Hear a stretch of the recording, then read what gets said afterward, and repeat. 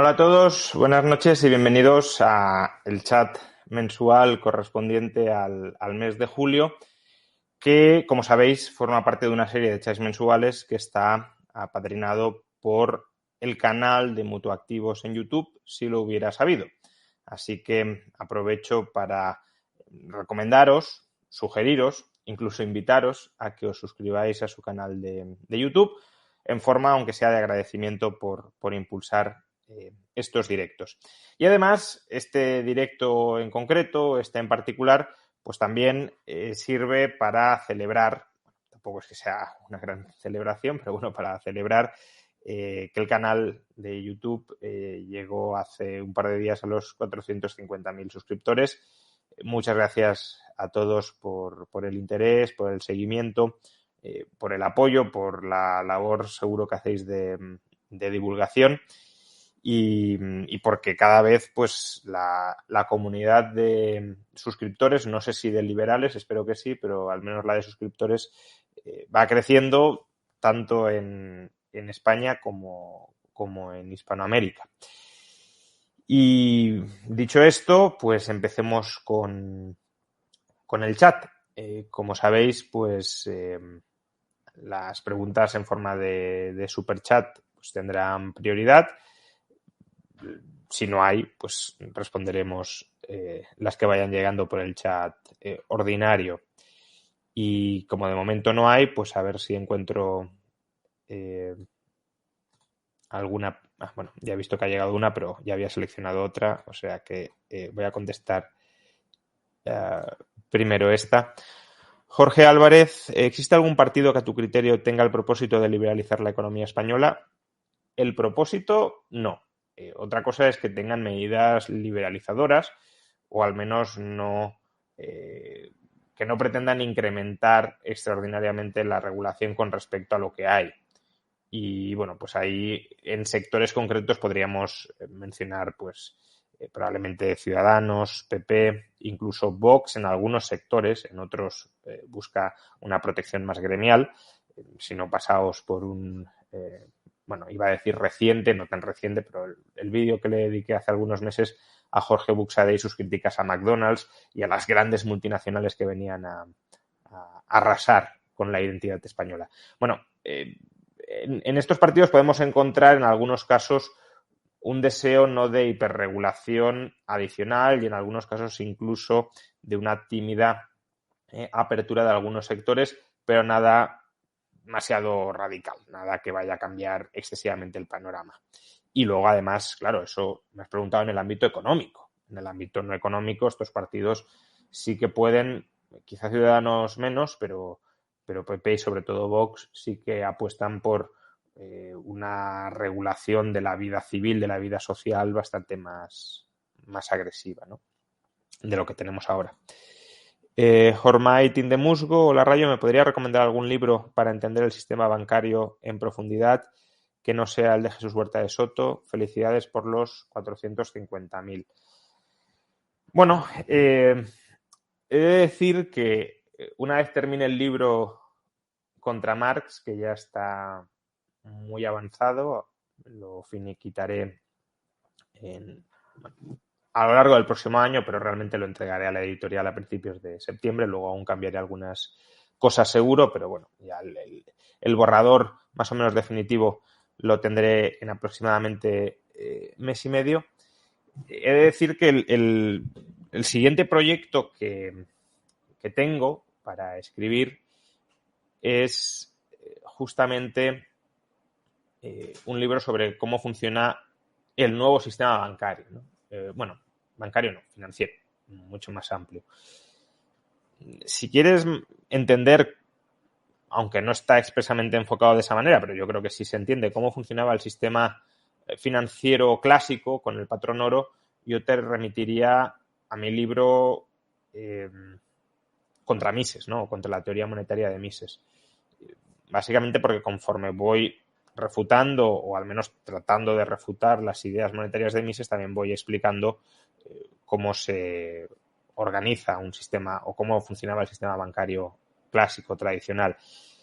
Pero bueno, todo eso hay que descenderlo, hay que aterrizarlo a la realidad actual. Ha cambiado muchísimo el sistema financiero desde el siglo XIX o principios del siglo XX.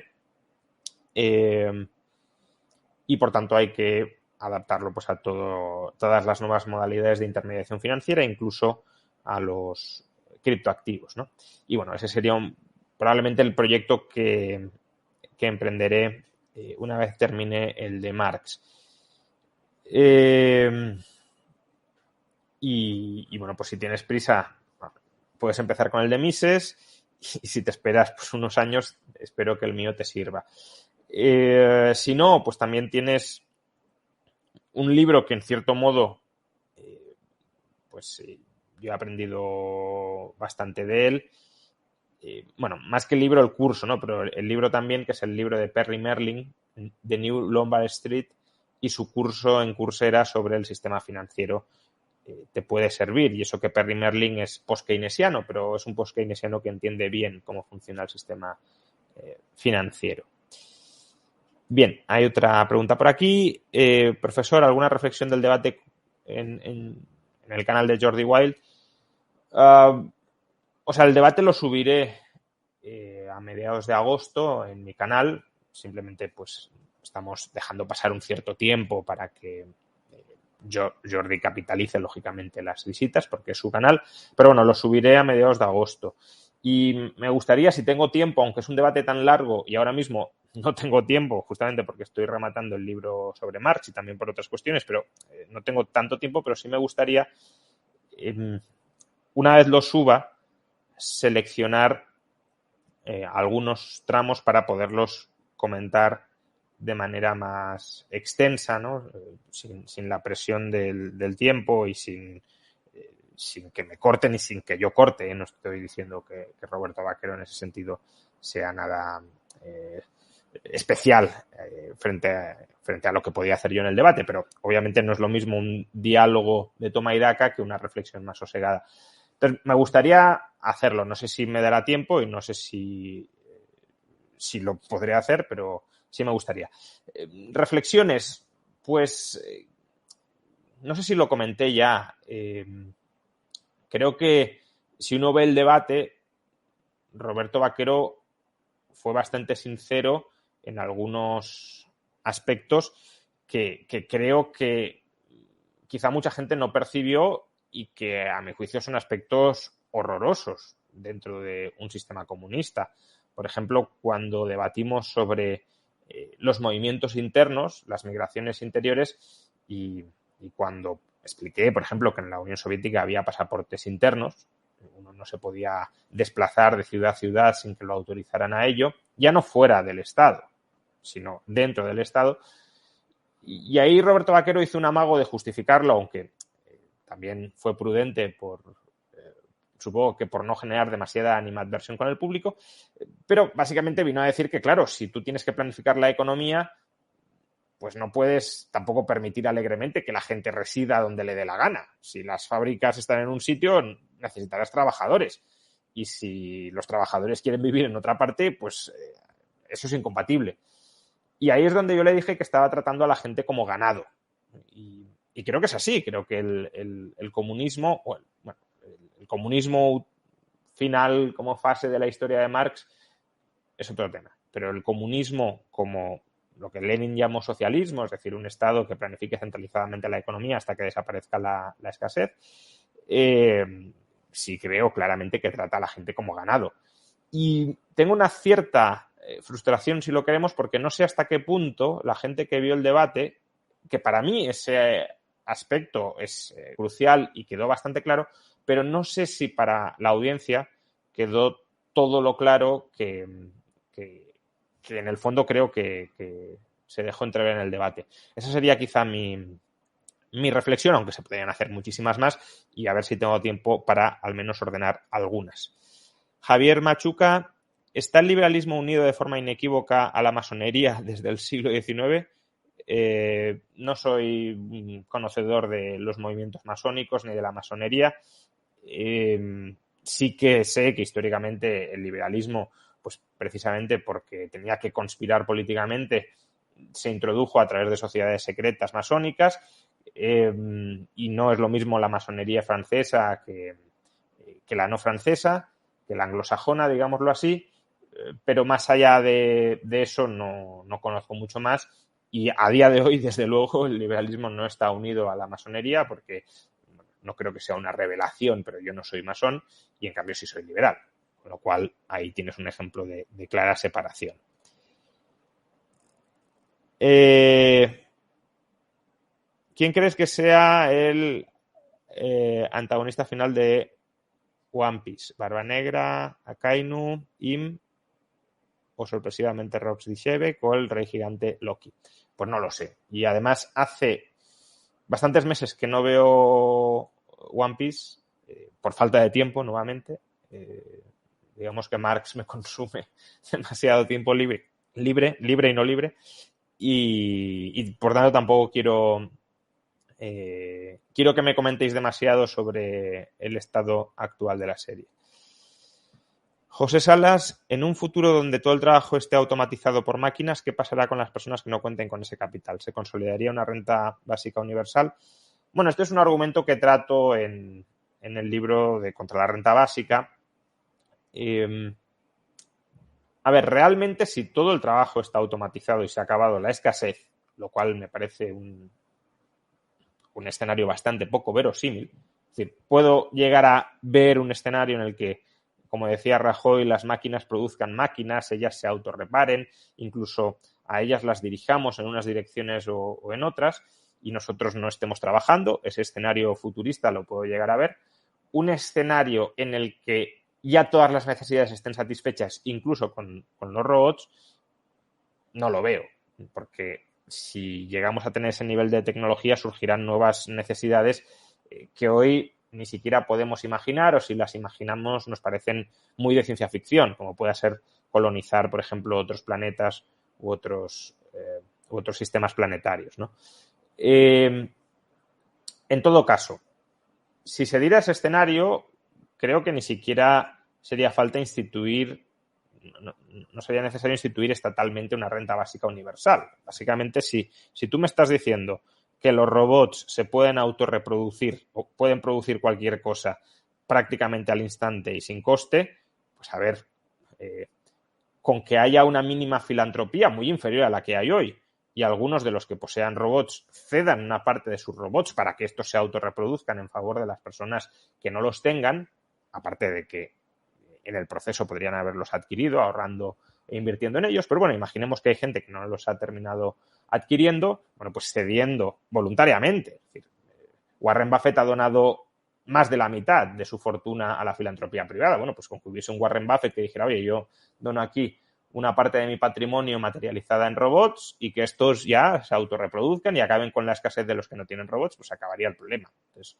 tampoco en ese escenario tan futurista y utópico que planteas, veo que la redistribución estatal fuera especialmente necesaria. Antonio Galeano, ¿podrías dar tu visión sobre el efecto de una posible recesión para la sociedad? Bueno, no sé exactamente a qué te refieres el efecto de una posible recesión. Hemos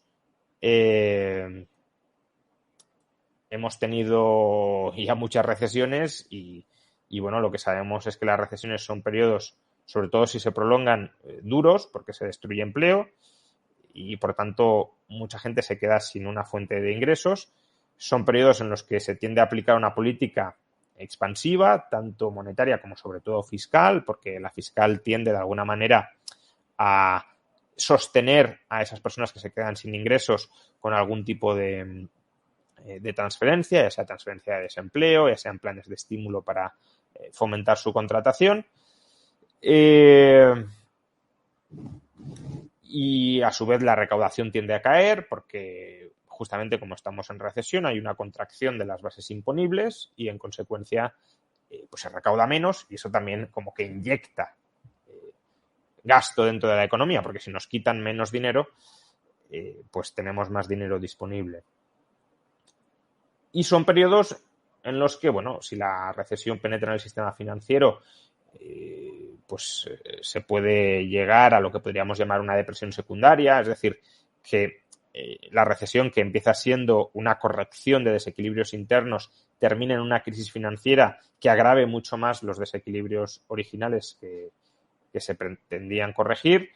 Y también, dependiendo de la profundidad de esa depresión, pues puede ser un periodo donde arraiguen los populismos. Porque, claro, si hay descontento social es relativamente sencillo llegar con una plataforma política nueva diciendo que con medidas fáciles vas a solucionar todos los problemas y que además, si no se solucionan, es porque hay una oligarquía que no vela por los intereses del pueblo.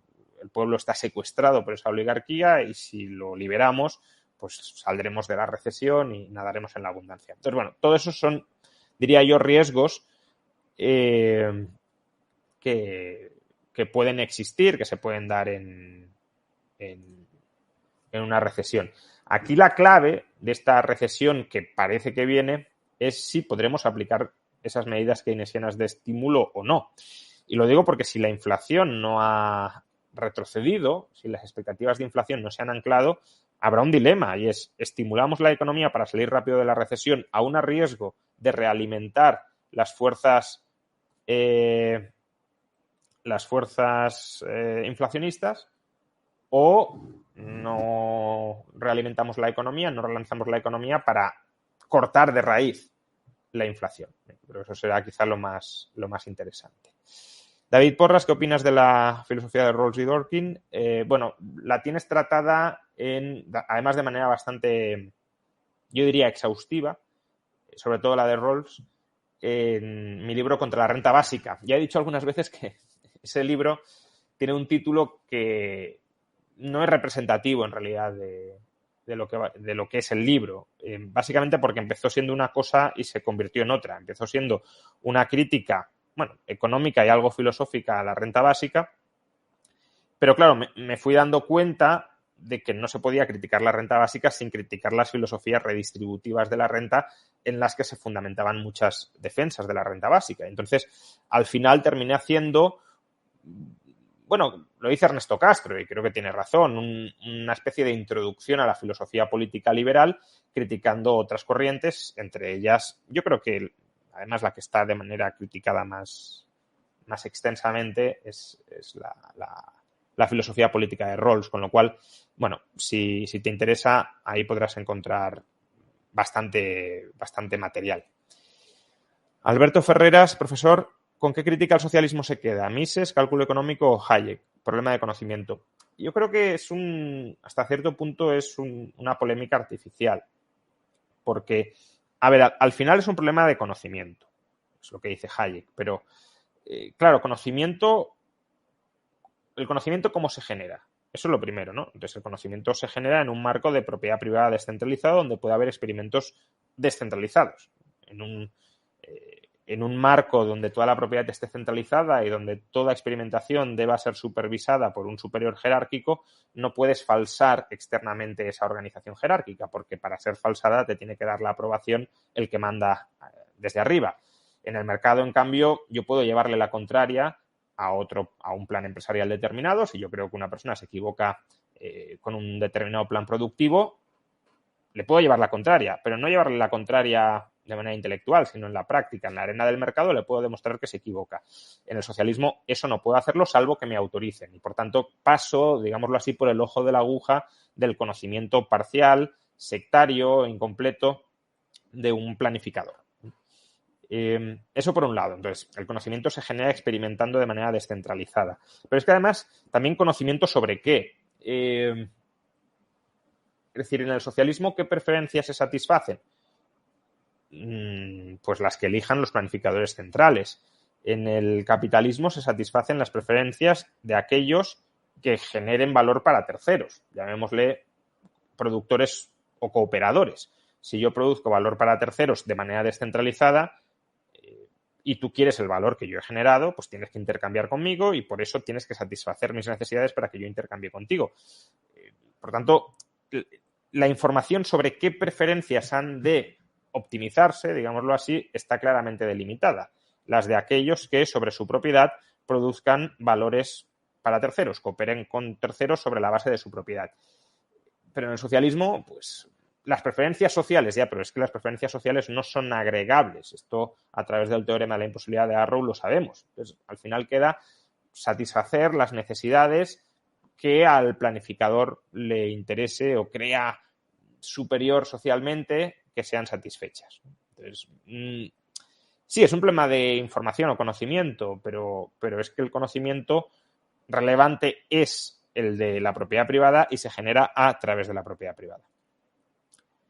Felipe VI, enhorabuena, profesor. ¿Ves una evolución favorable a corto o medio plazo para la banca privada europea y la estadounidense? Hombre, a ver, desde luego que suban los tipos de interés en parte les puede ayudar.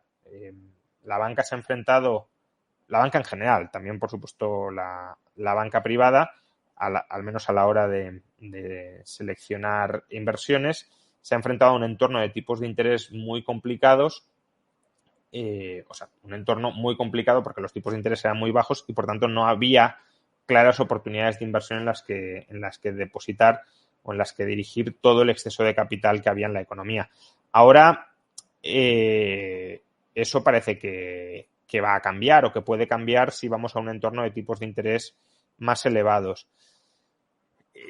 Eso, por tanto, la puede ayudar a la banca en general. El problema de la banca privada al que se puede enfrentar es que probablemente veamos menos operaciones corporativas, porque muchas de las operaciones corporativas que veíamos eran justamente espoleadas por el clima de bajos tipos de interés. Si yo no sé qué hacer con el dinero que me sobra, pues o recompro acciones, o me fusiono, o me apalanco para comprar empresas, y todo eso pues son fees que se va pagando a la banca de inversión. Has dicho banca privada, pero no es exactamente lo mismo, pero me he ido no sé por qué a la banca de inversión y de paso lo estoy comentando. Entonces, a la banca privada sería aplicable la respuesta que te he dado antes, de que puede que sea más fácil encontrar inversiones de mayor rendimiento y por tanto que le sea algo más sencillo esa tarea que había sido muy complicada en los últimos años. Para la banca de inversión, pues eso también estará presente, esa será una ventaja, pero tendrá la desventaja probablemente de atender menos operaciones corporativas. Arturo Solís, ¿la comunidad política es puramente instrumental o puede ser también constitutiva del ser humano? A ver, que el ser humano nace en una comunidad, eso es incuestionable. Y por tanto, hasta cierto punto podemos decir que forma parte de nuestra identidad, como si yo he nacido en una familia católica, pues el catolicismo formará parte de mi identidad al nacer. Y si yo he nacido en España, pues habré nacido en una determinada cultura y esa cultura formará parte de mi identidad al nacer. Entonces, eso podríamos decir que son características naturales de la comunidad que impregnan al ser humano por el accidente sexual de su nacimiento. Si has nacido en un lugar, pues tendrás una determinada identidad. Si has nacido en otro, por el contexto social, cultural y político, tendrás otra. El punto es cómo dar el salto, y si debe darse, que a mi juicio no, desde esa pertenencia natural, accidental a una determinada comunidad, incluso si lo quieres comunidad política, con la obligación política de pertenencia a esa comunidad. Y ese es el salto que yo no veo. Es decir, que tú hayas nacido en una familia católica no significa que debas someterte a la Iglesia Católica de por vida. Te puedes separar de la Iglesia Católica, puedes apostatar de la Iglesia Católica o del catolicismo. Que yo haya nacido en España no implica que deba seguir viviendo en España o que si me traslado fuera de España siga teniendo obligaciones con el Estado español. Entonces, si no existe esa obligación política, y creo que es muy difícil de defender y de argumentar, pues al final, aunque la identidad del ser humano esté influida, determinada, incluso si lo queremos, por el lugar y el contexto institucional en el que haya nacido, pues la comunidad política como tal, como fuente de derechos y obligaciones, sí sería puramente instrumental. Stephanie Valdizón, ¿recomiendas la lectura de Teoría Monetaria de Milton Friedman? ¿Tienes más libros que recomiendes y qué piensas de la economía de El Salvador? Bueno, el libro de Friedman no es exactamente teoría monetaria, es no recuerdo exactamente el título, pero es algo así como Teoría sobre el monetarismo o Introducción al monetarismo. Bueno, es un libro que está bien como introducción a qué es el monetarismo. Es una recopilación, si no recuerdo mal, de 5 artículos que publicó Friedman y está bien. Es un libro introductorio que no está mal porque el monetarismo puede ser mucho más complejo.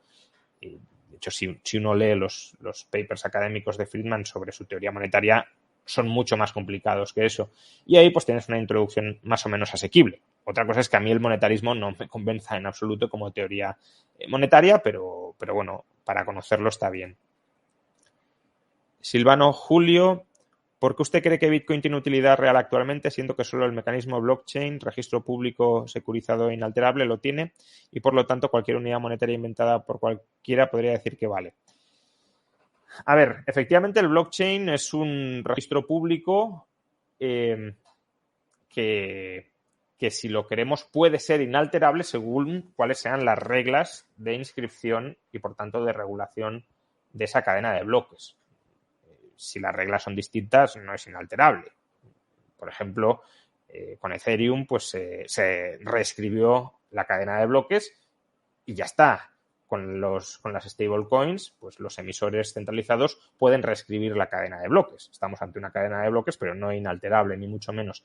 En el caso de Bitcoin sí es a efectos prácticos inalterable por la descentralización monetaria. Ahora, en ese debate de ¿es más valioso blockchain o Bitcoin? Pues, es decir, ¿el blockchain es valioso porque canaliza Bitcoin o Bitcoin es valiosa porque utiliza blockchain? O, también dicho de otra manera, ¿Bitcoin morirá pero el blockchain quedará o no? A ver, si el blockchain es un registro público que puede ser inalterable según cuál sea la regulación de ese registro público, la cuestión que debemos plantearnos es qué queremos inscribir en ese registro público, porque tener un registro público en el que podemos inscribir cosas, pero que no tenga ningún valor inscribir esas cosas, pues es un registro inútil. Es como poner en la plaza del pueblo pues un tablón en el que todos podemos escribir algo y nadie puede borrar lo que otros han escrito. Bueno, pues si eso aparece, ¿tendría algún valor, alguna utilidad? Pues relativa, muy relativa. Lo que de momento parece que queremos inscribir es la existencia inmutable de un determinado activo que nos permita transferir valor de manera inconfiscable a través del tiempo. Y eso es, hasta cierto punto, lo que es Bitcoin. Por tanto, de momento el blockchain tiene utilidad porque Bitcoin la tiene. Si surgen nuevas aplicaciones para el blockchain que no se puedan desarrollar por ninguna vía distinta al blockchain, pues entonces el blockchain tendrá otros valores u otras utilidades distintas de Bitcoin, pero de momento tampoco es que esté extremadamente metido en esto, pero de momento no las termino de ver, al menos no en una escala masiva. Claro que habrá en algunos entornos reducidos aplicaciones a través del blockchain que sean útiles, pero de manera generalizada, escalable a centenares de millones de personas, de momento no las conozco. Logbait Player, ¿cuál es su opinión sobre el justnaturalismo, la ética argumentativa y el intuicionismo? Bueno, sobre la ética argumentativa, por no mezclar, o sea, por ir por partes, ya lo he criticado a veces. Creo que hay una confusión entre lo que, bueno, en las categorías hoefeldianas del derecho llamaríamos un permiso, una licencia, un privilegio incluso, y un derecho de reclamación. Básicamente, Hoppe intenta demostrar que tenemos derecho a que los otros no nos agredan porque para poder argumentar necesitamos que los otros no nos agredan. Pero que el otro no me agreda, es decir, que el otro tolere no agredirme, no es lo mismo que el otro esté obligado a no agredirme. Son dos categorías distintas. Esto se ve, yo creo, bastante bien en un combate de boxeo, que es el ejemplo que se suele poner. En un combate de boxeo, cada púgil puede golpear al otro, pero el otro no tiene la obligación de dejarse golpear. Entonces, una cosa es que yo tenga permiso para hacer algo, en este caso argumentar contigo, y otra es que tú tengas la obligación de dejarme hacer ese algo. Entonces, imagínate, un esclavista le podría decir a su esclavo, mira, yo sé que soy tu dueño, tu señor, que te podría matar ahora mismo según el derecho que me confiere esta sociedad esclavista, pero admito que argumentes todo lo que quieras argumentar ahora mismo para debatir sobre asuntos éticos. Bueno, pues en ese contexto se podría desarrollar una argumentación y no habría ninguna contradicción performativa, como dice Hoppe, sobre que pues si para argumentar tienes que ser propietario de ti mismo y los demás tienen la obligación de dejarte argumentar. No es así. Basta con que los demás te den permiso para argumentar. Sobre el justnaturalismo y el intuicionismo, creo que son más compatibles de lo que a veces se cree, ¿no? Es decir, ¿tenemos intuiciones morales sobre qué está bien y qué está mal? Sí. ¿Esas intuiciones nos proporcionan conocimiento riguroso necesariamente? No. ¿De dónde? Por tanto, hay que pulirlas racionalmente y empíricamente. ¿De dónde proceden esas intuiciones? Es decir, ¿por qué tenemos intuiciones? Pues probablemente porque ha habido un proceso de evolución moral natural o naturalista. Es decir, el ser humano a lo largo de los milenios ha desarrollado un instinto moral para coordinarse dentro del grupo. Y ese instinto moral que premia o castiga determinadas conductas de otros son las intuiciones que tenemos y con las que analizamos la realidad. Entonces, ¿podemos hablar de un derecho natural como un derecho prepolítico o incluso como un derecho arraigado en la naturaleza? Podemos hablar de una moral natural, una moral evolutiva, que además conforma la base o el sustento de nuestras intuiciones morales actuales. Entonces, si la moral ha evolucionado para un determinado propósito, que es permitir la cooperación, la convivencia, la coexistencia dentro del grupo, y el intuicionismo de alguna manera nos deja entrever cuáles son esos valores morales que evolutivamente han emergido en las sociedades humanas, pues lo que queda, lo que resta es pulir, como decía antes, esas intuiciones derivadas de la evolución natural y ver qué ideas encajan realmente bien con la realidad, son coherentes unas con otras, etcétera. Entonces, yo creo que ese es un proyecto interesante de combinar esas posturas. Alonso Valencia, Diego Ruzarín dice que estamos ante el fin del capitalismo y ante sus contradicciones internas, todo producto del libre mercado. ¿Qué piensas? Bueno, pues que al capitalismo lo han matado innumerables ocasiones en los últimos casi 200 años. Es decir, por ejemplo, Marx y Engels prácticamente cada década estaban pronosticando que el capitalismo ya había llegado a su fin y que era evidente que ya estaba en sus últimas horas. Incluso tenían miedo de que hubiese contrarrevoluciones o invasiones externas de países reaccionarios, por ejemplo de Rusia, ¿no? Tenían mucho miedo a Rusia, que si emergía la revolución proletaria de manera inminente, ¿no? En los años 60, no digamos ya en los años 40. Marx y Engels quisieron hacer la revolución, como bien sabéis, en el 48, pero después del fracaso de esos intentos revolucionarios del 48, en el 60 Marx está convencido de que la revolución ya está al caer, porque había una crisis. Entonces, toda crisis del capitalismo, ya fin de sistema. Y temía, dice, no, es que aquí nos van a invadir los rusos, necesitamos extender el socialismo en todo el mundo para que triunfe, ¿cómo nos defendemos si nos invaden mientras estamos haciendo la revolución? Bueno, en los 60, en los 70, en los 80, en los 80 ya Marx poco, claro, en los 90 Engels, antes de morir, ya dijo, bueno, quizás es que nos hemos precipitado con el optimismo sobre el fin del capitalismo. Y luego siguieron, ¿no? O sea, no ellos, claramente, pero sus herederos sí. Entonces, bueno, ya se lo ha matado tantísimas veces, también en la crisis de 2007, eso ya era el fin del capitalismo para siempre. Bueno, pues el tema es que no hay alternativas funcionales. Entonces, podemos ir hacia un capitalismo, a mi juicio, en muchos aspectos disfuncional, como el que tenemos ahora, copado de hiperestatismo, de hiperregulación, que genera, por tanto, un mal funcionamiento interno, o podemos ir a un capitalismo más liberal, que no es que no tuviese contradicciones, pero desde luego no generaría tantos problemas como el que genera ahora. Entonces, yo creo que esa es la cuestión. Si va a caer el capitalismo, no lo veo en absoluto. Hormaitin de Musgo, ¿es correcto afirmar que en bolsa una inflación moderada y constante? Supongo que quieres... O sea, es que has puesto menos 2%, no sé si te refieres a deflación moderada y constante o una inflación moderada y constante de alrededor del 2%, ¿Es beneficiosa a largo plazo para los beneficios empresariales?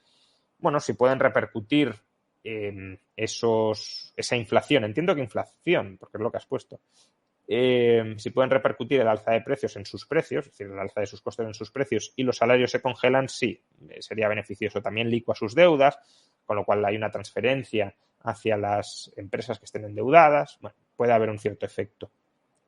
Rafael da Silva, he oído a economistas y financieros serios que me gustan decir que los estados endeudados internamente no tenían realmente deudas públicas, a diferencia de los endeudados con el exterior. ¿Estás de acuerdo con ellos? No, bueno, esa es la tesis de la teoría monetaria moderna. De nuevo, si te interesa la teoría monetaria moderna y la crítica que humildemente le puedo hacer a la teoría monetaria moderna, uno de mis últimos libros se llama así, Contra la teoría monetaria moderna, y ahí, bueno, ahí explico ese punto de vista justamente de que el endeudamiento interior en moneda interna, porque puede ser endeudamiento interior en moneda externa, el endeudamiento interior no es en realidad deuda, porque un Estado siempre tiene capacidad financiera para hacer frente a sus pasivos denominados en su propia moneda. Ahí el error que se comete, que es un error fundamental, básico, que además los propios economistas de la MMT hasta cierto punto reconocen, pero luego no sacan las implicaciones pertinentes, es que la moneda fiat, la moneda nacional, es una deuda, es un pasivo del Estado. Con lo cual, el Estado tiene que honrar ese pasivo. Y el Estado, como honra ese pasivo, permitiendo la amortización de impuestos reales, de cantidad de bienes reales a entregar al fisco, honrarla en términos constantes, es decir, no diluyendo el valor de impuestos reales que la moneda fiat permite amortizar. Y claro, si tú lo que haces es licuar las deudas denominadas en moneda interna, imprimiendo o emitiendo moneda que devalúa esa moneda, no estoy diciendo que toda emisión devalúe el valor, pero si tú creas más moneda que la demanda interna o externa de esa moneda, la devalúas. En ese caso lo que estás haciendo es impagar parte de tus deudas internas, como son la moneda fiat. Vale, no impagarás los bonos, pero es que los bonos son una parte del pasivo del Estado. Los otros pasivos es la moneda fiat y esos con inflación los estás impagando. Hugo, bueno, lo he dicho, que si te interesa más profundizar en esa tesis, tienes ahí el libro. Hugo Yea, ¿tienes pensado comentar algunas partes de la película La gran apuesta de Christian Bale? Me gustaría conocer tu opinión y entender algunas partes. Pues mira, hace, yo creo que ya 4 o 5 años hicimos un experimento que yo creo que quedó bastante bien. En un cine de Madrid, ahora mismo no recuerdo cuál, hicimos un pase, no de toda la película, porque no daba tiempo, claro, pero sí de algunos extractos seleccionados, y fui comentando con los espectadores que acudieron al pase la película y el porqué de esos extractos, qué significaba, qué implicaciones tuvo. Entonces, el ejercicio ya lo hice, no quedó grabado, pero estuvo bien. Vamos, yo me divertí bastante y creo que más o menos la gente aprendió hasta cierto punto y disfrutó. No sé si lo voy a repetir, la verdad, porque tampoco me apasiona repetir las cosas, pero bueno, sí, es algo que estuvo bien y fue provechoso intelectualmente. La actividad política... Antes has preguntado por la comunidad y ahora la actividad, no es que estaba a punto de saltar la pregunta. ¿La actividad política es puramente instrumental o también puede ser constitutiva del ser humano? Bueno, depende de qué entiendas por política. Si por política te refieres de alguna manera a convivir en el grupo, a convivir en la comunidad, a resolver problemas de convivencia internos, pues claro que la política es consustancial al ser humano. El ser humano es un ser gregario y los seres gregarios tienen que coordinarse internamente y de alguna manera el liderazgo dirigido a resolver esos conflictos se puede entender como un liderazgo o una actividad política. Si te refieres a actividad, bueno, dicho eso, que la política sea consustancial al ser humano no significa que seamos siervos de los que en un determinado momento se erijan como políticos representativos de esa sociedad. Ese es un salto de nuevo lógico incorrecto. Si te refieres a política como actividad estatal, pues ahí creo que es algo meramente contingente y desde luego instrumental. Es decir, no por el hecho de que alguien se arrogue derecho político sobre terceros, esos terceros cargan con obligaciones políticas frente a ellos. Puede que la política sea indispensable, lo que no es indispensable es que tú seas el político que gobierne sobre mí, sobre todo si yo no te he dado mi consentimiento. Actividad física, deporte, ejercicio físico y salud.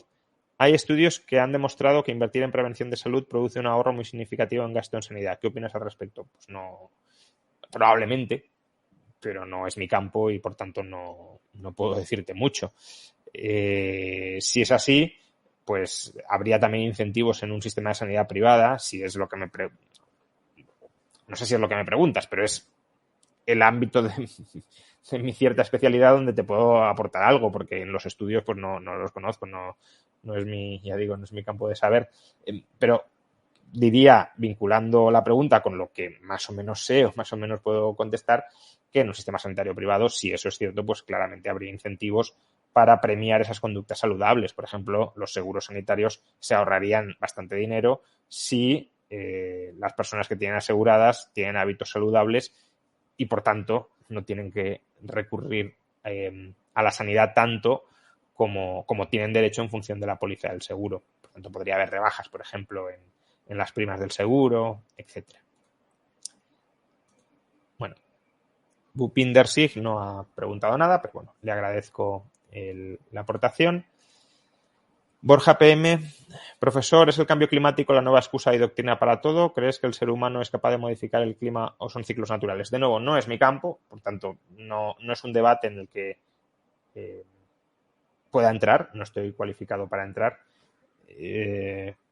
Podría entrar, y tampoco es mi campo de especialidad, en las implicaciones económicas del cambio climático. No en climatología, que no sé absolutamente nada. Y además creo que es hasta cierto punto imprudente que las personas que tengan un conocimiento muy superficial sobre el tema entren además con argumentos muy, muy contundentes y muy dogmáticos, como si algo que ni siquiera está resuelto entre los científicos, no entro en si está resuelto más en una dirección o en otra, pero desde luego no hay un consenso unánime en absolutamente todos los aspectos, pues algo en lo que ni siquiera los expertos se ponen de acuerdo, que los que no son expertos digan claramente ha de ser esto o claramente ha de ser lo otro. Ahora, políticamente sí veo una tendencia a abusar del cambio climático para vender una determinada mercancía política. Creo que el caso más claro fue recientemente Yolanda Díaz, que es ministra de Trabajo, pues el fallecimiento del barrendero, trabajador de la limpieza madrileño por la ola de calor. A la ministra no se le ocurre otra cosa que vincular esa muerte con el cambio climático. O también la tragedia de los emigrantes en la frontera con Marruecos, los fallecidos a manos de la policía marroquí. Pues de nuevo Petro lo que instrumentalizó esa tragedia para de nuevo alertar sobre los peligros del cambio climático. Bueno, migraciones ha habido siempre, quizás se hayan intensificado por el cambio climático, es otro debate, pero vincular eso al cambio climático cuando no tienes ninguna evidencia sólida de que esa emigración se deba al cambio climático y no a los diferenciales de riqueza que existen entre África y el resto de Europa, o vincular la muerte de ese trabajador de la empresa pública madrileña al cambio climático por la ola de calor y no a la imprudencia de la empresa pública a la hora de no prever que eso podía suceder y tomar las medidas pertinentes. ¿Qué pasa? Que si una persona muere por hipotermia en una ola de frío, también es culpa del cambio climático, ¿no? O sea, culpa de la imprudencia. Entonces, y además que la ministra de Trabajo preste más atención al cambio climático que a una posible vulneración de derechos laborales, pues creo que sí que hay un claro sesgo de tenemos que encajar todo lo que sucede con el discurso del cambio climático porque eso nos da votos. Y con eso no estoy diciendo que no pueda ser un problema gravísimo el cambio climático. De nuevo, no entro en eso, pero no todo tiene que pasar por la lente del cambio climático. Amarok Intermission, si una economía crece nominalmente pero los precios crecen todavía más, ¿cómo medir la cantidad real de bienes y servicios producidos para saber si la economía crece o si contrae? No sé a qué te refieres con que la economía crece nominalmente, pero los precios crecen todavía más. Supongo que te refieres, si la economía crece realmente, ¿no? Si producimos más, pero los precios también crecen mucho, el crecimiento nominal que observemos, ¿cómo sabemos si es crecimiento de los precios o si es crecimiento de las cantidades? Bueno, para eso se utiliza el deflactor del PIB. Básicamente se toma los precios de los productos actuales de un año base y, por tanto, medimos la variación del volumen y no la variación de los precios. No es un método sencillo porque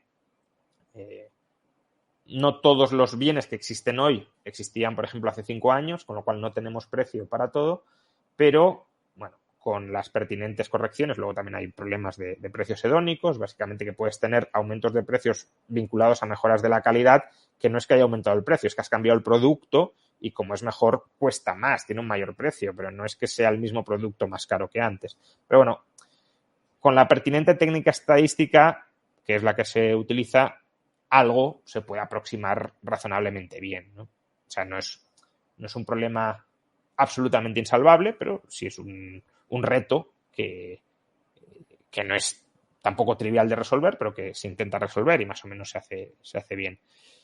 Mario Arciniegas, ¿qué opinas de las corrientes que desestiman la existencia del libre albedrío, como autores como Sapolsky o Harari?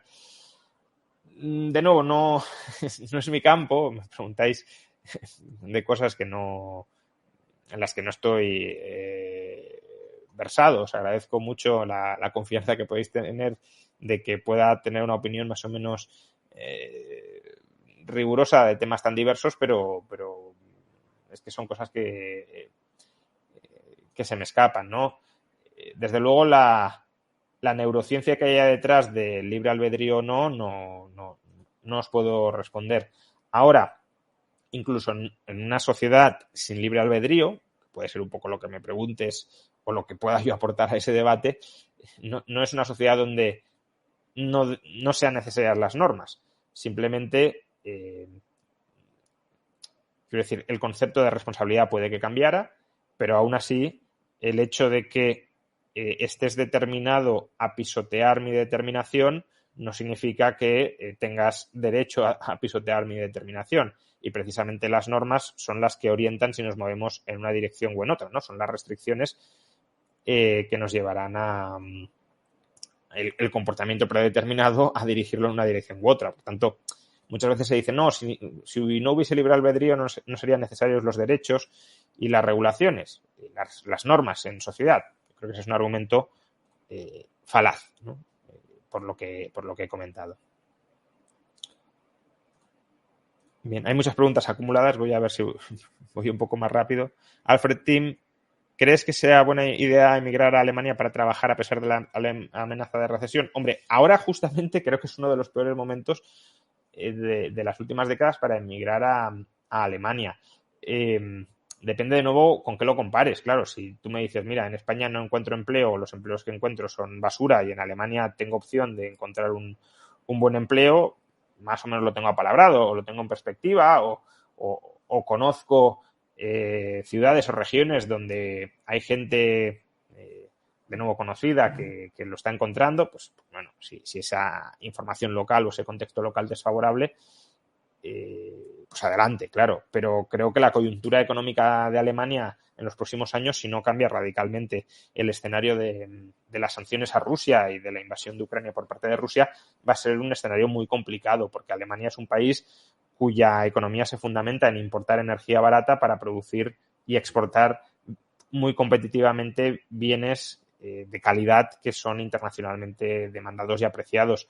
Y si se le acaba el suministro de energía barata, pasará por una travesía en el desierto buscando un nuevo modelo y una nueva especialización. Gianmarco, ¿has hablado con Javier Milei? Solo he intercambiado algunos mensajes privados por Twitter, pero nada en profundidad. ¿Has invertido en criptomonedas? Bueno, esto ya lo he dicho y no es recomendación de inversión, porque a veces me dicen si recomiendo. No recomiendo. Ni recomiendo porque no tengo una bola de cristal sobre qué van a hacer los activos, ni tampoco recomiendo porque es que aunque tuviera la bola de cristal, la adecuación de una inversión para una determinada persona depende del perfil de inversión de esa persona. Y como no conozco el perfil de inversión de las personas, pues no se puede recomendar nada en lo que invertir. Pero bueno, si la pregunta es si tengo criptoactivos, ya lo he dicho, si tengo algo de Bitcoin. No es mi principal inversión, ni muchísimo menos, pero sí tengo algo de Bitcoin. Tito Luyo, te escuché que te consideras anarcocapitalista filosófico. ¿Es correcto? Sí, anarquista. Creo que el único anarquismo coherente es el anarcocapitalismo, pero sí anarquista filosófico. ¿En qué se parece y se diferencia del minarquismo y del ancapismo en sí? Bueno, a ver, uno puede ser minarquista político y anarquista filosófico. O sea, no tiene por qué haber una diferencia. Del minarquista filosófico se diferenciaría en que el minarquista filosófico, por ejemplo, Nozick, considera que el Estado sí tiene legitimidad. Solo el Estado mínimo, eso es lo que dice Nozick textualmente, solo el Estado mínimo está justificado, pero que el Estado mínimo sí tiene legitimidad moral. El anarquista filosófico dice que no la tiene, ni siquiera el Estado. Visión trágica de la naturaleza humana, al menos en el corto o medio plazo, el anarquista filosófico puede no ser anarquista político por considerar que un sistema anarquista a día de hoy no podría funcionar, no sería un sistema estable o viable. Con lo cual solo nos queda plegarnos al menor de los males, pero en todo caso un mal que es el minarquismo, ¿no? En cambio, el anarquista político o el anarcocapitalista político sí cree que es viable la anarquía y, por tanto, la propone como un sistema político que hay que poner en marcha, ¿no? Bueno, el nombre de este usuario no lo sé leer.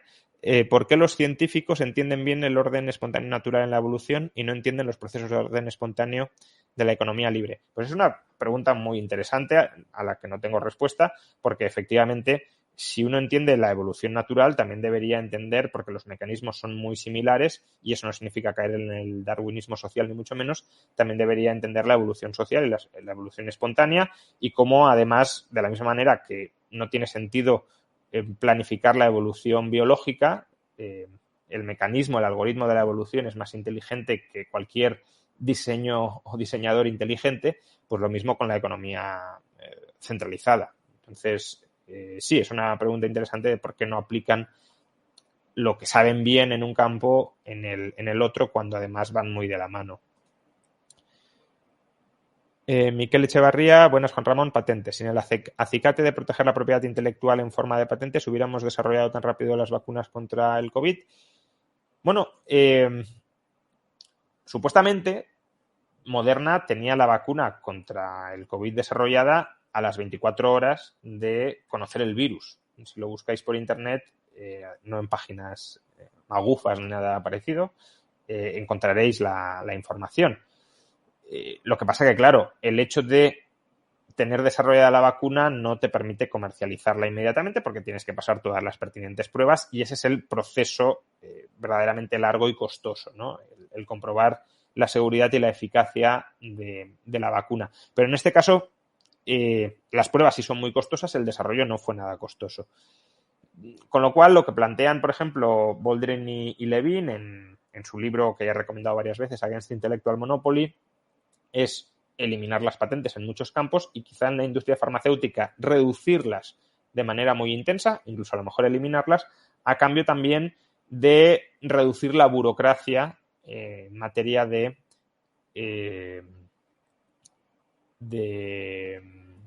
testeo de medicamentos, ¿no? Lo tienes en el último capítulo de su libro, si quieres ampliar. Ariel Cornejo, hola crack, 3 libros, Economía, Política y Cultura. Bueno, yo te recomendaría que te pasaras por una conferencia que está subida en mi canal, que di ya hace algunos años, que es algo así como los libros que todo liberal debería leer y creo que doy unos 50 títulos. Pero bueno, uno de economía, pues podría ser La acción humana o Capitalism de George Reisman Lo que pasa de estos libros es que la parte de teoría monetaria no me gusta ninguno de ellos, pero bueno, todo lo demás sí son buenos libros. Política, el problema de la autoridad política de Michael Huemer, ya lo he recomendado varias veces. Y cultura, quizá pues la trilogía de McCloskey sobre las virtudes burguesas, como la infraestructura cultural de una sociedad es crucial para su desarrollo y su florecimiento, ¿no? Pedro Pablo, el comunismo es, como dice Armesilla, posible por ser una ideología razonable. ¿Dónde ves la diferencia más acentuada que hay respecto al liberalismo? Bueno, el problema del comunismo es que es una ideología indefinida en gran medida. Es decir, Marx y Engels no explicitan, al menos no con mucho detalle. En mi libro intento reconstruirlo con bastante rigor, más o menos como probablemente vieran ellos la sociedad comunista del futuro. Pero desde luego no lo sistematizan en ninguna parte. Y el comunista tiene su visión sobre cómo podría ser la sociedad comunista, pero no hay nada demasiado estructurado ni demasiado sistematizado. Hay más, obviamente mucho más trabajado sobre la etapa anterior al comunismo de plena abundancia, lo que Lenin, como he dicho antes, llamaba socialismo, el estado de planificación centralizada, y bueno, eso no me parece una ideología nada razonable, me parece una ideología que no entiende los problemas de coordinación básicos de toda comunidad humana. Brian, ¿la ciencia estaría condenada a morir en el liberalismo? No, yo creo que la ciencia florece en libertad y el liberalismo es libertad. Dan Max, muchísimas gracias por todo lo que me has enseñado, lo que he podido aprender y descubrir, la puerta que me abriste de conocimiento sobre el liberalismo. No encontraba una manera. Muchísimas gracias por tu muy generosa aportación al canal y bueno, espero que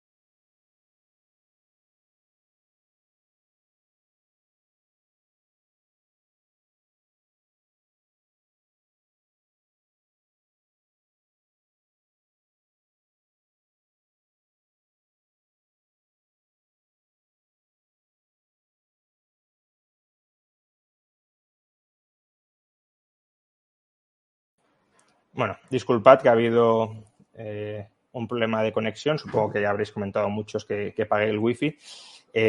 Realmente el wifi está apagado, pero a veces da problemas con la conexión del ordenador.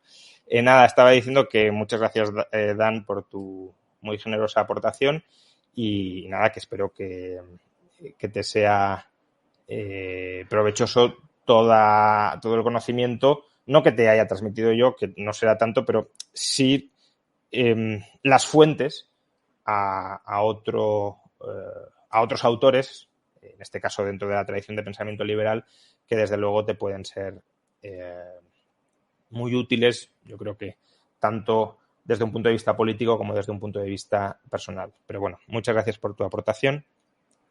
Alfredo Romero, ¿confías en que la economía de Estados Unidos, entiendo que remonte dentro de 5 años? Hombre, si no ha remontado en 5 años, si no está más alta en 5 años de lo que está ahora, es que vamos a una recesión mucho más dura incluso que la de 2007. No creo que sea el escenario base ahora mismo, pero bueno, obviamente nada se puede descartar, pero no creo que sea a lo que nos enfrentemos. Guille Santamaría, en un sistema ANCAP, quien pueda comprar más y mejores armas podría dominar al resto. Bueno, yo creo que esa no es la crítica fundamental contra el anarcocapitalismo. Es decir, un sistema anarcocapitalista no es necesariamente un sistema donde todo se venda al mejor postor, incluyendo la seguridad. Es un sistema, o puede ser un sistema, donde haya unos valores morales subyacentes que informen las normas jurídicas descentralizadas que existen en sociedad. Dicho de otra manera, si hay un matón que intenta comprar un ejército de mercenarios e intenta invadir otras sociedades pacíficas, pues esas sociedades y otras ajenas a aquellas que están siendo invadidas pueden intentar defenderse o pueden incluso levantarse en contra de ese matón. Hasta cierto punto, pues es lo que está sucediendo con Putin, ¿no? Invade Ucrania y el resto de sociedades, eso sí, movidas por políticos, pero incluso ha habido también mucha movilización social, pues se rebelan contra ese movimiento. ¿Por qué? Pues porque lo consideran injusto, porque consideran que iniciar la agresión no es legítimo y en este caso la ha iniciado por la fuerza Putin. Otra cosa es que lo hayan provocado, ¿no? No voy a entrar ahora en ese debate, pero desde luego quien ha tomado la decisión de invadir ha sido Putin. Entonces, en la medida en que eso se perciba como ilegítimo, y en Ancapia se puede percibir como ilegítimo, claro, pues se podrían el pueblo, ¿no? Los ciudadanos se podrían levantar y podrían rebelarse contra eso.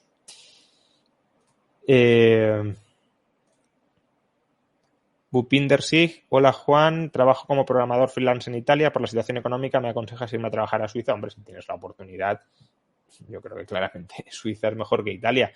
De nuevo, también depende de en qué condiciones te puedas mudar a Suiza, pero ceteris paribus, no hay color en ningún sentido. Deiwen Olivos, que es miembro del canal, por cierto, si queréis apoyar el canal, otra modalidad es haciéndoos miembros, pregunta, ¿cuándo tendremos el libro sobre Marx? Antes lo he comentado, no puedo revelarlo todo, pero ya he enviado parte del libro a la editorial, pero me queda otra parte que es bastante larga, que la voy a enviar a principios de septiembre. O sea, a principios de septiembre el libro estará más o menos cerrado. En contra de mi voluntad. Si no fuera por la presión de la editorial, yo habría alargado un poco más el plazo, porque al final un autor nunca termina de estar del todo satisfecho con su libro, siempre le va dando vueltas y lo va cambiando. Y este, como va a ser un libro tan largo, ya lo veréis, pues claro, siempre hay partes que quiero cambiar, pero bueno, en algún momento hay que cerrar, hay que cortar con sus posibles errores o con las posibles pérdidas que podamos tener de calidad, en el sentido de no incorporar otras cuestiones que a lo mejor se queden fuera, pero bueno, hay que cerrar en algún momento.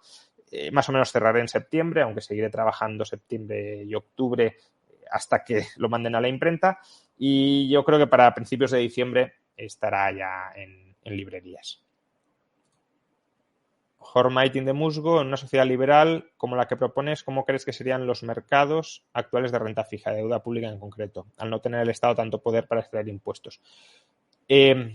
A ver, si hablamos de una sociedad minarquista, es decir, donde existe Estado, seguiría habiendo deuda pública, pero precisamente porque el Estado no se ocuparía de muchas cosas, el volumen de deuda pública no sería muy grande, salvo que queramos hacer como en el caso de Singapur. Singapur no necesita financiarse, tiene superávit presupuestario, o ha tenido durante mucho tiempo superávit presupuestario, pero tiene una deuda que supera el 100% del PIB. ¿Por qué? Pues porque emite deuda pública para alimentar la demanda, bueno, para alimentar no, para satisfacer la demanda de deuda pública que existe, es decir, para crear una especie de mercado monetario. Entonces, bueno, esa podría ser una opción. Si no fuera eso, los mercados de deuda pública serían muy reducidos, de modo que la posición actual que ocupa la deuda pública como activo libre de riesgo tendría que ser ocupada por otros activos. ¿Qué otros activos? Pues al final deuda corporativa. Bueno, deuda hipotecaria también, si vamos a obligaciones a muy largo plazo. Claramente, por ejemplo, las cédulas hipotecarias no se han pagado ninguna en la historia de Alemania, por tanto, y se emiten desde finales del siglo XIX. Por tanto, es un activo financiero muy seguro. Entonces, las cédulas hipotecarias podría ser una vía de financiación a largo plazo. También probablemente la deuda de empresas con la que se sufraguen infraestructuras privadas estratégicas. Y luego, y sobre todo, lo que se utilizaba como instrumento de liquidez en el siglo XIX, eran las letras de cambio. Letras de cambio básicamente son facturas pendientes de pago contra mercancías que se están comercializando y que son altamente líquidas. Y bueno, esa sería, yo creo, la base, volvería a ser la base del sistema monetario. Benjamín Collado, ¿qué opinas de la evolución que tendrá Alemania a corto o medio plazo tras la crisis del gas ruso? Ya he comentado que si no se soluciona la crisis del gas ruso, a corto o medio plazo va a ser una evolución muy negativa, aunque no es el país más expuesto. Hoy el Fondo Monetario Internacional acaba de publicar un estudio sobre cuáles serían los países más afectados. Si no recuerdo mal, el primero es Hungría. En todo caso, supongo que dedicaré un vídeo explicándolo y detallándolo con mayor detalle. ¿Cuál es la postura del liberalismo con respecto a la meritocracia? ¿La apoya?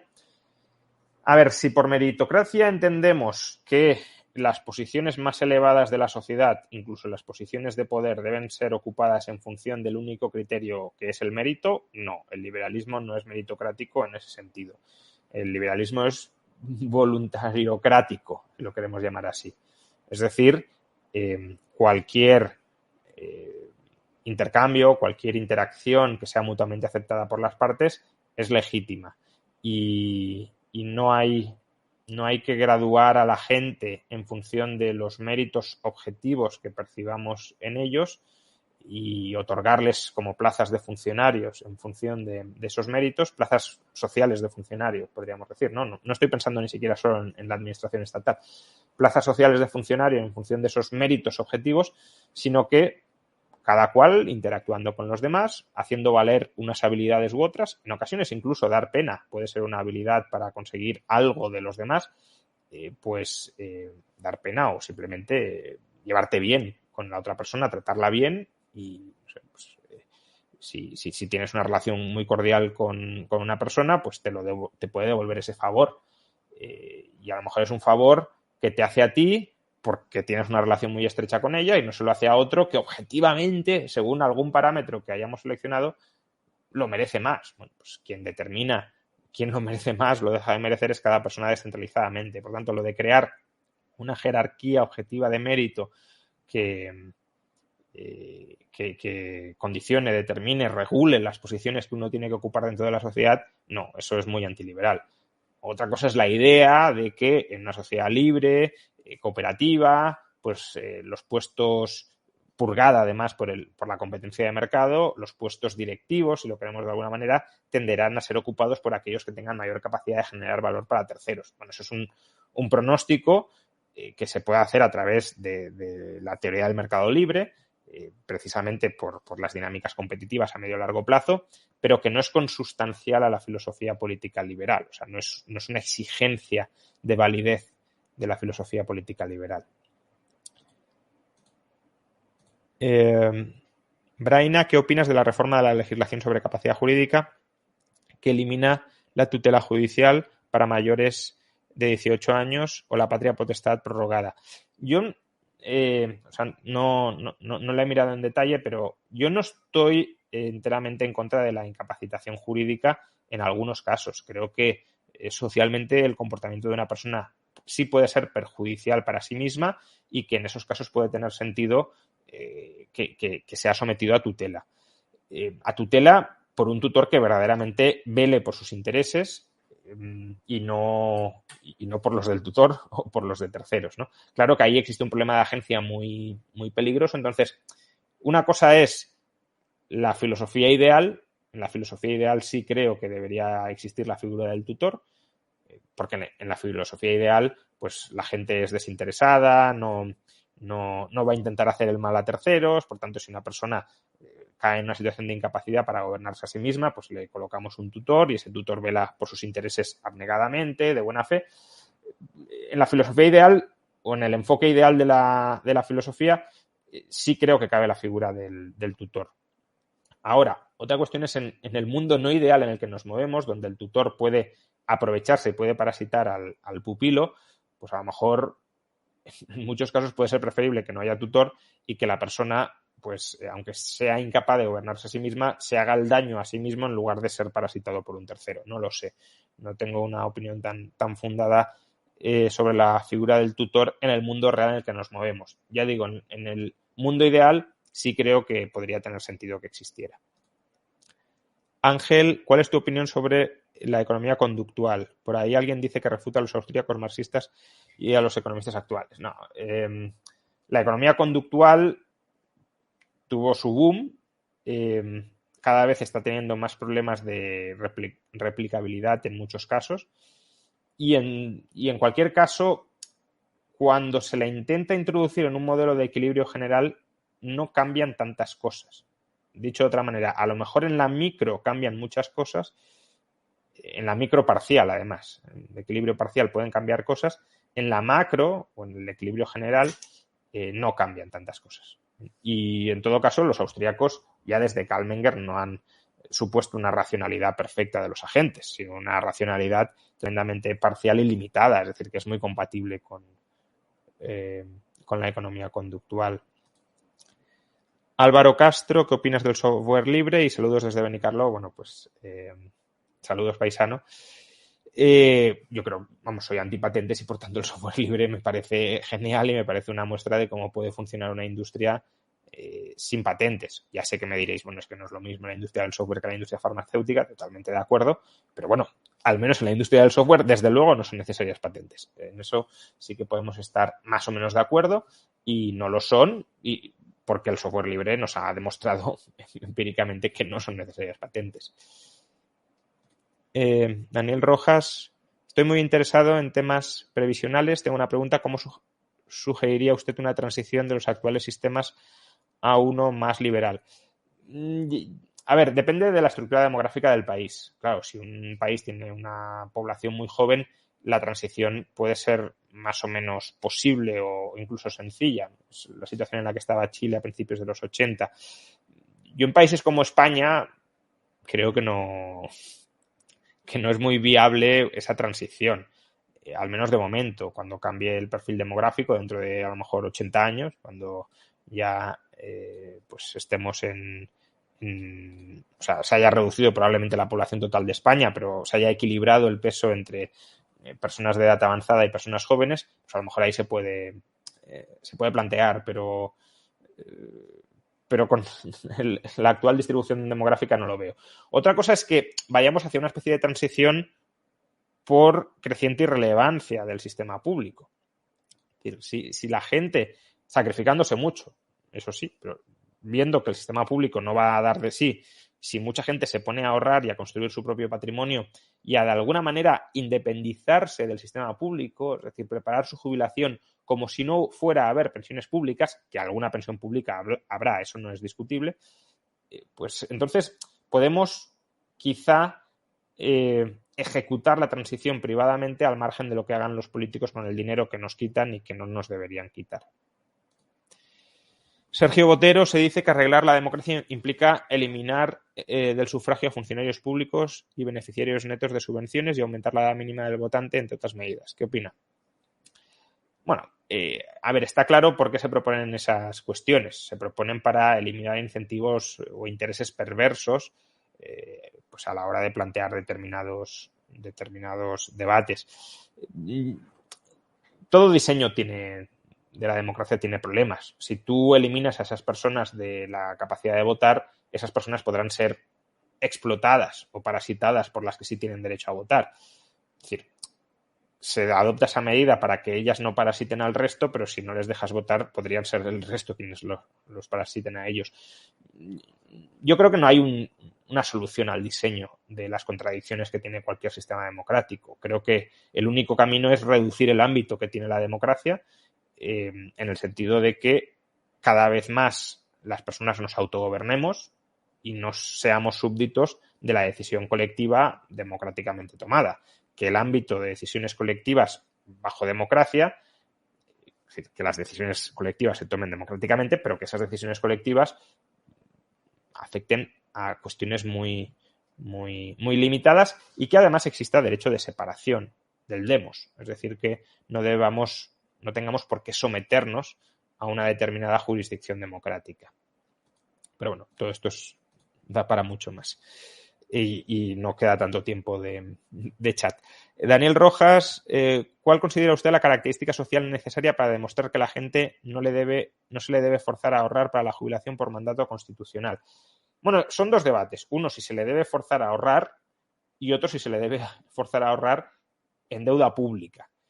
Creo que el caso contrario más claro es el último, que no. Es decir, a lo mejor hay que forzar a la gente a ahorrar porque la gente puede ser poco previsora de cara al futuro. Es un argumento paternalista, ahora lo voy a tratar. Pero bueno, podría tener sentido, pero desde luego lo que no tiene sentido es que te obligo a ahorrar y solo puedes ahorrar en un tipo específico de activo, que es la deuda pública de un sistema de reparto que tiene muchas similitudes con un esquema Ponzi. Pues no, vale, me obligas a ahorrar, pero déjame determinar en qué invierto mi ahorro. Si hay que obligar a la gente a ahorrar, a ver, es verdad que mucha gente puede ser muy cortoplacista y, por tanto, si no ahorra y cuando llega la jubilación son una masa de votantes, de nuevo, ¿no? Y eso vincula con la pregunta anterior, muy numerosa, pues claro, no hemos ahorrado, no tenemos nada, vamos a votar para que nos den algo. Eso es intergeneracionalmente injusto. Si tú has tenido la oportunidad de ahorrar, no estoy hablando de la gente que no tenga la oportunidad de ahorrar, si tú tienes la oportunidad de ahorrar y has decidido no ahorrar, no reclames luego que quienes sí han ahorrado, se han sacrificado ahorrando, te den parte de lo que han ahorrado. Entonces, una solución para no llegar a eso es que todo el mundo esté obligado a ahorrar y así no habrá esos incentivos perversos. Claro, si pudiésemos evitar que la gente luego utilizara la fuerza cuando han tomado malas decisiones frente a quienes han tomado buenas decisiones, pues haya cada cual. Si se quiere equivocar, pues que se equivoque. Y como mucho podríamos decir, socialmente vamos a intentar educar financieramente a la gente para que no tome malas decisiones, pero no la vamos a tratar como un niño ni la vamos a obligar a que tome lo que nosotros consideramos buenas decisiones. Pero claro, eso luego hay que compatibilizarlo con la realidad de nuestros sistemas políticos. Sosiosi 01, el liberalismo y el anarcocapitalismo necesitarían una constitución para constituirse.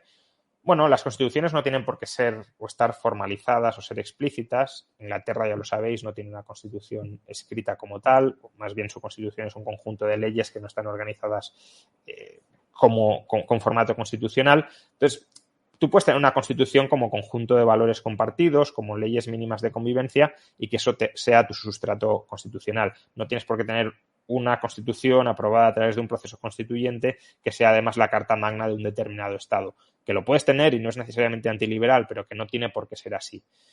Y ahora, si la pregunta es si el liberalismo necesita normas, sí. ¿Vale? Claramente sí. Normas generales mínimas y normas de mucho más detalle y nivel entre particulares. Los contratos son la ley privada, pero un marco normativo amplio y general sí lo necesita. Que eso deba estar formalizado con una constitución y es otro tema. ¿Qué opinas del anuncio de Trump de que Trump vuelva a la presidencia? Pues no sé si lo ha anunciado, si lo ha anunciado me he perdido, y si ganase, ¿qué cambios económicos mundiales habría? Bueno, al final Trump tampoco cambió tantas cosas. Sí, bajó algunos impuestos, generando deuda y en parte el exceso de gasto embalsado que está generando la inflación actual. No digo que sea culpa sobre todo de Trump, es sobre todo de Biden y de las políticas de la Reserva Federal durante 2020 y 2021, pero desde luego los déficits públicos de 2018-2019 han ayudado a esta situación.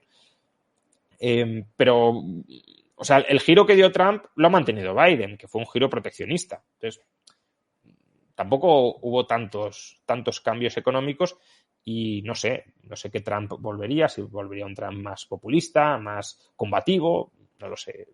Por tanto, si vuelve el Trump de la primera legislatura, pues no muchos cambios económicos. Otra cosa son los sociales. Los sociales sí estamos viendo cambios en parte derivados de su presidencia, por ejemplo, la reciente sentencia del Supremo contra judicializar el aborto, pues claramente viene de la legislatura de Trump por el nombramiento de los jueces del Tribunal Supremo que efectuó, pero en lo económico no hubo tantos cambios tan radicales. Bitco, ¿se puede desconcentrar la economía chilena y cómo? No sé a qué te refieres con desconcentrar la economía chilena, lo siento, por ahí. Y a que está ahí, ¿qué es más probable en su opinión? ¿Europa exija medidas a España, que el gobierno no pueda acordar en el Congreso, forzando elecciones anticipadas, o una Europa indolente hasta diciembre de 2023?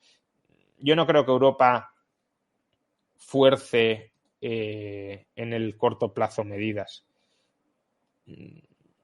Otra cosa es que le obliguen a una reforma de las pensiones más dura de lo que la coalición de Podemos está dispuesta a aceptar. Eso no es descartable. Ahora, una intervención o semi-intervención como la que tuvimos en 2010-2012, yo a corto plazo no la veo. A medio plazo sí, porque sobre todo si la inflación no remite. Si la inflación remite, no, tampoco. Pero si la inflación no remite, sí.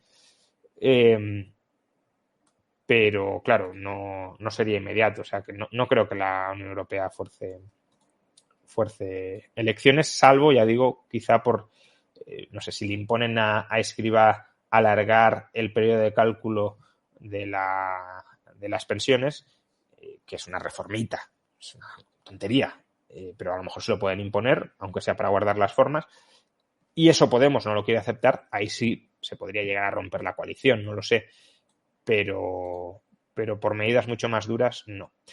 Por cierto, dejad de enviar preguntas, bueno, si las queréis seguir enviando, enviadlas, pero no voy a contestar ya más porque ya estamos prácticamente, ya llevamos casi hora y media y siguen llegando preguntas, lo cual os lo agradezco por todo el interés, pero voy a contestar las que habéis enviado hasta el momento y ninguna más. Ya digo, si queréis enviadlas, pero que no las podré contestar por falta de tiempo. LVDK, la inflación puede ser provocada si algún gobierno, por ejemplo China, hubiera estado atesorando euros todos estos años y ahora los estuviese reinyectando. A ver, obviamente si hay una caída de la demanda internacional de dinero, y eso se podría materializar en que los bancos centrales extranjeros reduzcan sus reservas internacionales, pues eso genera inflación, pero no es lo que estamos viendo. O sea, el origen de la inflación que estamos viendo ahora no es ese. Otra cosa es que se pueda realimentar por ahí. Alexander Haiger, profesor, ¿qué opinaría sobre una revolución liberal que fuese por las armas, aunque respetara la filosofía idealista y tomara el poder? No sé a qué te refieres aquí con filosofía idealista, porque además, hasta cierto punto, una filosofía idealista te diría que si no cambias las condiciones materiales no vas a tomar las armas, o aunque tomes las armas la revolución no sería sostenible. Si te refieres a idealista en otro sentido, como que respetara los principios liberales, bueno, yo creo que en nuestras sociedades actuales, o sea, tomar las armas va a ser un conflicto violento, en mayor o menor medida. Entonces, en nuestras sociedades actuales hay mecanismos de cambio pacífico, hay procedimientos de cambio pacífico que no implican riesgo de vulnerar derechos de terceros y que son previsibles y que son preferibles a una revolución armada. ¿Qué opina de Sala y Martí y Javier Milei? ¿Algún economista joven peruano que usted tenga referencias fuera de Soto y compañía? Bueno, hombre, a ver, Sala y Martí es uno de los economistas más reconocidos a escala internacional. No soy yo quien para evaluarle o para calificarle. Podemos tener muchas discrepancias en muchos temas. Por ejemplo, con Bitcoin ya sabéis que hemos debatido y demás. Pero bueno, yo le tengo mucho respeto intelectual. Y Javier Milei, pues, bueno, de momento es un economista que ha cambiado hasta cierto punto el curso de la política argentina. Esperemos que no vaya por derroteros populistas de derechas, que es un riesgo que está ahí, sobre todo, pues, por ejemplo, aproximándose a Bolsonaro y demás. Esperemos que vaya por la senda libertaria. Y si es así, pues lo celebraré mucho, claro. Miquel, ¿qué parte de culpa tuvo el modelo capitalista en la crisis financiera de 2008? A ver, esto es una pregunta un poco... las crisis financieras ocurren en el capitalismo. Entonces, tú puedes decir, fuera del sistema capitalista podría haber crisis financieras como las que hemos experimentado en las últimas décadas o en los últimos siglos. No, porque no hay finanzas. Entonces, si son crisis financieras y solo hay finanzas generalizadamente, quiero decir, obviamente sí que hay alguna transacción financiera, pero si no hay otro sistema económico salvo el capitalista donde las finanzas determinen la asignación de recursos, pues no puede haber crisis financieras. Vale. Entonces, son crisis, vale, del sistema capitalista. ¿Las provoca endógenamente la dinámica del capitalismo? No. Son crisis provocadas por los efectos perversos del intervencionismo estatal en el sector financiero. Básicamente, banco central monopolístico que promete refinanciar la liquidez de los agentes de manera continuada, función de prestamista de última instancia, lo cual incentiva a que los agentes se vuelvan mucho más ilíquidos de lo que se volverían sin esa red de salvaguarda. Y luego también la promesa de rescate, de recapitalización estatal por parte de los estados, de modo que también conduce a que las entidades financieras adopten más riesgos de los que adoptarían de otra manera. Entonces, ¿responsabilidad estructural del capitalismo? Pues sí, si no hubiese capitalismo no tendrías esa crisis, tampoco tendrías los niveles de prosperidad actuales. No es como decir, no sé, hace 2000 años no había crisis financieras, ya bueno, y a poco que viniera una crisis natural se moría la gente de hambre, pero bueno. Ahora, ¿es la propia dinámica endógena del capitalismo lo que genera esas crisis? No. Andrés Bravo, ¿aceptarías escribir la constitución de un proyecto como Liberland o parecido? ¿Aceptarías luego ser ministro de Economía? A ver, si fuera algo así un poco experimental, ¿no? Como puede ser Liberland, aceptaría no escribirla, sí revisarla, sí hacer sugerencias, pero no escribirla. Y ministro de Economía no. Tengo otras aspiraciones en la vida que ser ministro de Economía en ninguna parte del planeta. Aparte que es que gente cualificada para ser ministra de Economía, cualificada técnicamente, hay mucha más que yo en cualquier parte del mundo. Lo que creo que a algunos os motiva de que yo u otra persona similar a mí podamos ser ministros de Economía son las ideas de fondo. Pero es que esas ideas de fondo no las tenemos por qué aplicar técnicamente nosotros. Las puede aplicar otra persona si cree en esas mismas ideas. Y la cuestión es que llegue al poder alguien que crea en esas ideas, pero no porque conquista el poder en contra de una cierta voluntad mayoritaria, sino que llegue al poder porque mucha gente en la sociedad quiera que esas ideas se materialicen. Si no, pues tampoco serviría de nada.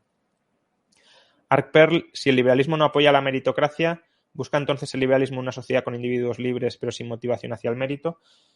A ver, como he dicho, el mercado, la competencia de mercado sí tiende o sí tiene un mecanismo interno que tiende a recompensar la generación de valor para terceros. Entonces, eso sí es consustancial al mecanismo de mercado, que es el mecanismo de relacionarse económicamente dentro de una sociedad de mercado. Podría haber pues, que voluntariamente conformáramos una comuna y dentro de la comuna nos organizáramos no a través de un mercado, pero sería poco probable que hubiese una especie de evolución universal hacia una comuna mundial sin mercados. Entonces, si hay mercado, recompensa por el mérito, es decir, por generar valor para terceros, va a haber. Cuando yo he dicho que el liberalismo no va de la mano de la meritocracia, me refiero a un nivel subyacente, a un nivel moral o ético. Es decir, los valores del liberalismo, los principios del liberalismo no giran en torno a la búsqueda de otorgar derechos a aquellos que tengan mérito, definiendo mérito desde un punto de vista objetivo y parametrizable y social incluso, no busca que los derechos de las personas dependan de esa graduación objetiva del mérito. Ahora, que entre los particulares se pueda recompensar el mérito, claro que se va a tender a recompensar el mérito, no únicamente el mérito o no únicamente un mérito objetivizado. Ya he puesto como ejemplo que para mí mérito puede ser que alguien me trate muy bien y que sea muy amigo mío y que constituya o me ofrezca un hombro en el que llorar cuando esté deprimido. Eso puede ser un mérito para mí. Y yo a lo mejor tengo una empresa y le doy empleo a él porque ese es el mérito que yo quiero recompensar. Por tanto, lo que hace el liberalismo es más bien subjetivizar el mérito. Subjetivizar el mérito sobre qué base, la base de los derechos individuales. Ahora, es verdad que el mercado objetiviza mucho mérito. ¿Por qué? Porque el mercado lo que hace es, o lo que se tiende a hacer en un mercado capitalista es maximizar ganancias. Y se maximizan ganancias generando valor social, objetivo, si lo queréis, objetivo, pero subjetivamente percibido, para terceros. Ahí sí que hay una mayor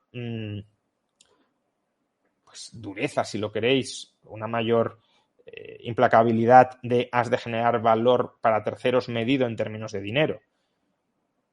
Pero eso no es toda la realidad de una sociedad libre. Ni siquiera todas las transacciones mercantiles tienen por qué estar únicamente basadas en ese criterio. Daniela, ¿crees que la alta natalidad por parte de gente sin educación y dependiente de ayudas públicas puede ser un problema en el futuro? Hombre, yo creo que, a ver, yo soy muy pronatalista, pero ciertamente si uno tomara decisiones de tener hijos con una visión cortoplacista y meramente por las ayudas públicas, creo que eso sí podría ser un problema. Es decir, la educación, la natalidad puede ser un obstáculo, por ejemplo, para completar los estudios. Porque convivir con un recién nacido, pues te quita muchísimo tiempo. Entonces, si los estudios están, o el alto nivel de estudios está vinculado con la empleabilidad y la renta per cápita y fomentar la natalidad, sobre todo entre personas muy jóvenes, puede dificultar acceder a estudios, pues sí, por ejemplo, eso puede ser un problema. Las políticas de natalidad pueden llegar a ser un arma de doble filo en ese sentido. Y nos queda una última pregunta. Cristian Alejandro. Estimado Juan Ramón, ¿qué errores le ve a la socialdemocracia de hoy en Europa, por ejemplo, en países como, por ejemplo, Alemania antes del COVID? Bueno, a ver, el gran error de la socialdemocracia es el estado de bienestar. El estado de bienestar como forma monopolística de proveer bienestar al conjunto de la sociedad. Es decir, un sistema jerárquico y vertical de organizar la sociedad y el suministro de servicios sociales. Creo que el estado de bienestar, como argumento en una revolución liberal para España, ha de ser reemplazado por una sociedad de bienestar. Es decir, formas descentralizadas y privadas y consensuales de ayudarse recíprocamente, de innovar en la provisión de estos servicios tan importantes, tan cruciales para la vida de una persona, como puede ser la sanidad, las pensiones, la educación, pero no planificarlos rígida o jerárquicamente. Y eso es lo que hace la socialdemocracia. Sobre todo la socialdemocracia instituye el estado de bienestar como modelo base de relaciones sociales. Luego, además, puedes tener una socialdemocracia a la europea, que es una socialdemocracia que quiere hiperregular la economía, que no es necesario que vayan de la mano. Podrías tener estado de bienestar muy potente sin una hiperregulación de la economía. Hasta cierto punto es lo que intentan los estados nórdicos. Pero en Europa van de la mano casi, socialdemocracia y mercantilismo, y eso sí que creo que es una combinación muy fatal, pero que no es necesariamente consustancial a la socialdemocracia. Y bueno, pues ya son las 11, de hecho pasadas las 11 llevamos hora y media. Si os parece podemos terminar aquí el directo. Solo antes de terminar y a modo de recordatorio, recordad que estos directos están apadrinados por el canal de Mutuactivos si lo hubiera sabido. Y si queréis que haya más de estos directos, pues agradecedle al patrocinador la gentileza de impulsar este tipo de iniciativas, y la forma de agradecerlo es simplemente suscribiéndoos a su canal. Si os suscribís a través del link que está en la caja de comentarios de este directo, mucho mejor, porque así verán que este tipo de iniciativas son útiles para sus finalidades. Lo dicho, muchas gracias a todos por acompañarme. Más de 1.500 personas de manera continuada en directo. Es un orgullo y un honor que hayáis querido estar aquí durante hora y media, y además también ha habido muchas preguntas muy interesantes, algunas incluso con mala leche intelectual, en el sentido de que no son preguntas sencillas de responder, y mucho menos de responder en este toma y daca rápido de pregunta-respuesta, pero bueno, lo he intentado hacer lo mejor posible. Lo he dicho, muchísimas gracias, y nos veremos más veces en otros directos que tendremos antes de que termine el mes. Probablemente este domingo tendremos tertulia de macroeconomía, ya lo anunciaré, y habrá otros directos. Y en todo caso nos volveremos a ver en otro chat en directo como este en el mes de agosto. Hasta entonces, pasadlo bien.